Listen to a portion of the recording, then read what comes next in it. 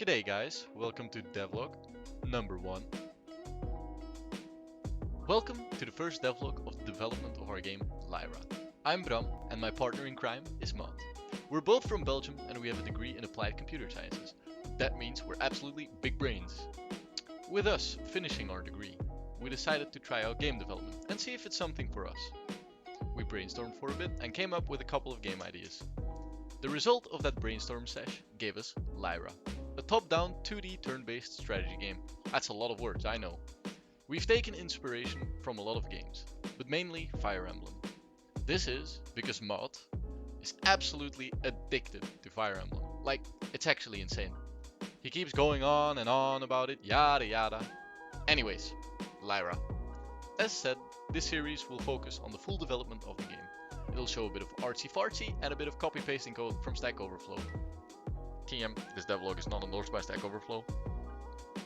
We'll be using Unity together with that lovely C#. No, that ain't C#, but C#. For our art, we'll be using Sprite, which is some handy-dandy pixel art piece of software delicious goodness. Right now, you can see some of our sprites that Maud has created.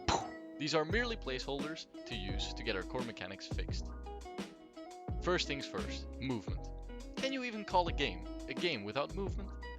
I'm not sure, but we need it here. So as we needed to implement a grid, and since we have no clue what we're doing, we decided to try and create a custom grid. Smart? Nah, not really. A day later, that solution went into the garbage, and we decided to use Unity's tile map system, which will use those wonderful pieces of art, not really, and also a disgusting character to be our test subject. As this is a turn-based strategy game that uses a grid, we'll need to use an algorithm to calculate the shortest path. A* does this quite well, and it's an easy algorithm to implement. Copy-paste. As you can see, it instantly worked without any issues. Right? Right? For now, we draw a basic line to show the original tile our character started on and the destination. Next up, we need to make sure our character doesn't just teleport to the destination, which would be a cool feature in the future. Maud, write that down! For this, I just save the path in a variable. And the path is basically a list of nodes, and a single node is the position of the tile. Maybe that's important for you to know, maybe not, I don't know. Then, with some magical words, and boom, movement. Working exactly as intended. Alright, now that the problems with the movement are solved, we need to make sure our character can only move the amount of tiles he can actually move. Wouldn't be much strategy if he could just, yeet around the field without being limited whatsoever. So to show the available moves, Maud has created an additional sprite, this blue piece right here, and I slapped that into Unity.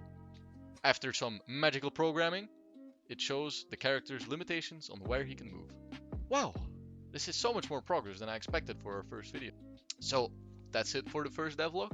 Not too much being done right now, but we're new to it all, and hopefully as time goes on, the development process speeds up. Thank you all for watching our video, and we hope to see you in the next one. Don't forget to click that lovely little subscribe button, together with that nice bell, to be notified of whenever we've uploaded our next video. Liking also does wonders to that YouTube algorithm, so don't leave that out if you actually enjoyed the video. Thanks and goodbye.